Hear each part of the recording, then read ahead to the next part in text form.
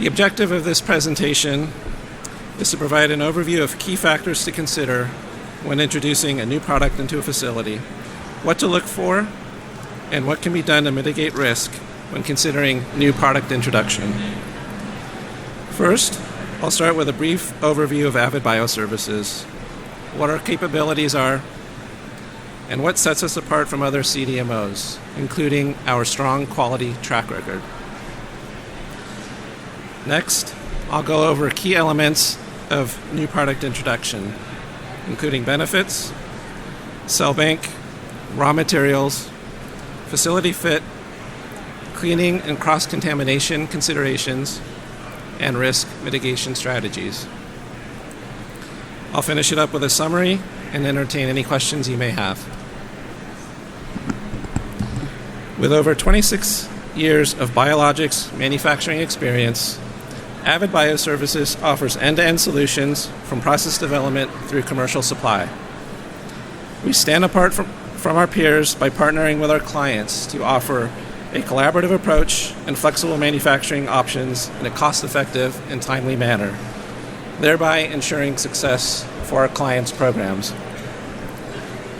Most importantly, we pride ourselves on our industry-leading regulatory track record. Since our first commercial approval in 2005, Avid has been inspected by several regulatory agencies from around the world, including EMA, ANVISA, and Health Canada, just to name a few.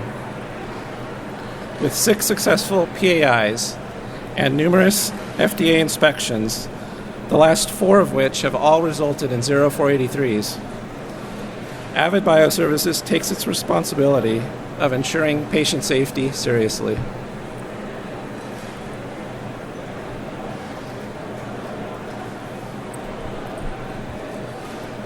In 2005, Avid Bioservices obtained its first commercial approval from the FDA for its Franklin facility, which features 100-liter, 300-liter, and 1,000-liter stainless steel bioreactor configurations, along with 200 and 1,000-liter single-use bioreactor options.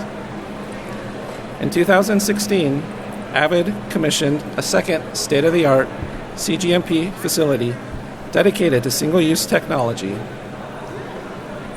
The fully disposable manufacturing process in the Myford facility has 200, 1,000, and 2,000-liter bioreactor capabilities. We also have additional space to accommodate future expansion as Avid continues to grow its business. As a CDMO, Avid has extensive experience introducing several new products a year into our facilities, which leads us to the topic of this presentation: quality considerations for introducing new products into a facility.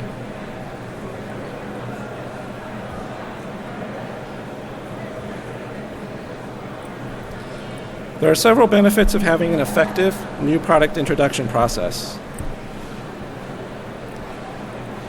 It allows for a smoother and faster transfer from client to CDMO manufacturing to eventually the market by identifying process requirements up front. It reduces risk to the manufacturing facility and to other products made in the facility by proactively identifying and mitigating risks before the product enters the facility. It allows for improved process reliability and efficiency as the product makes its way through the development and transfer process. And most importantly, it results in improved product quality. Let's talk about the cell bank. For ICH Q5D, the characterization and testing of bank cell substrates is a critical component of biotechnological and biological products. The characterization of the master cell bank allows the manufacturer to assess this source with regards to the presence of cells from other lines, adventitious agents, endogenous agents, and molecular contaminants. This means ensuring that your cell bank has the necessary identity and purity assays performed using a qualified vendor prior to entry into your facility. This includes things like isoenzyme and cytogenic analysis, sterility, mycoplasma, and viral testing.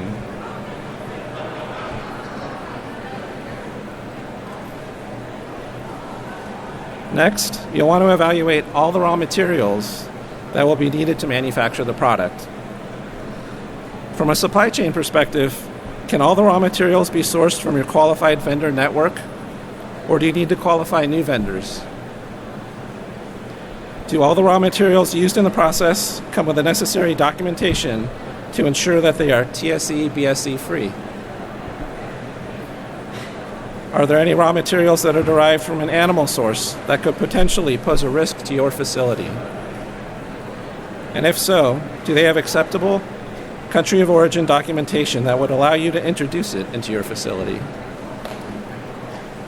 When evaluating new product introduction, you want to make sure there is a good facility fit and that there is a match with the product that you're evaluating. Looking at it from the product standpoint, is it cytotoxic, a vaccine, or a veterinary medicine? Is the facility set up to allow for these type of products? Similarly, what types of cell lines are you dealing with? Finally, are there animal-derived components that are required for the process, and does the facility have systems in place to deal with those? From a facility perspective, you'll need to consider if there are any capacity constraints or equipment limitations. For example, can your operations handle limited hold times of your processing steps? Or are there purification column sizing constraints? Finally, depending on what phase the product is in, are the facility and quality systems commercial ready to get the product approved? When thinking about new product introduction, you'll also need to assess cleaning and cross-contamination considerations. For example, is the new product being introduced into the facility now considered a worst-case challenge to your cleaning validation? You may need to consider performing lab feasibility studies to determine this prior to entry into the facility. Of course, the advantage of having a fully dedicated single-use facility like Avid is that it eliminates most of the risk associated with cleaning. When it comes to cross-contamination risks, you'll need to assess your current risk management controls to make sure they're still applicable. For example, if there's a new process step that is being introduced with the product, you want to make sure that that gets captured and assessed as part of your risk management program.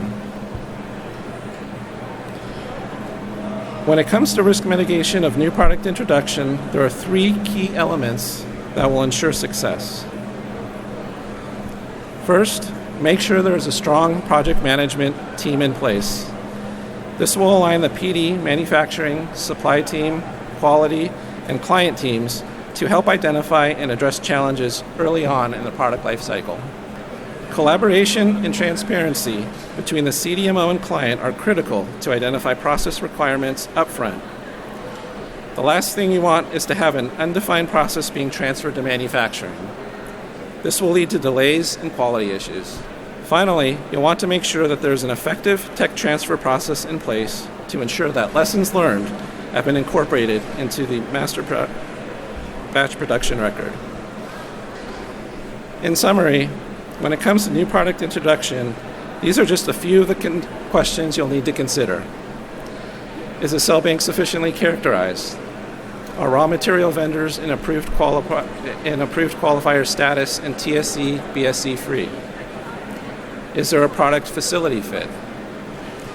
What types of cell lines products are allowed in the facility? Is the facility commercial ready?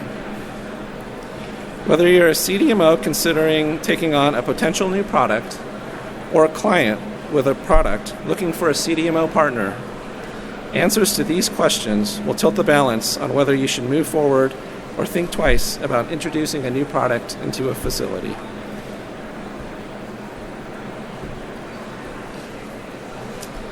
I thank you for your attendance and invite you to visit our booth if you'd like to learn more about Avid Bioservices or new product introduction. Thank you.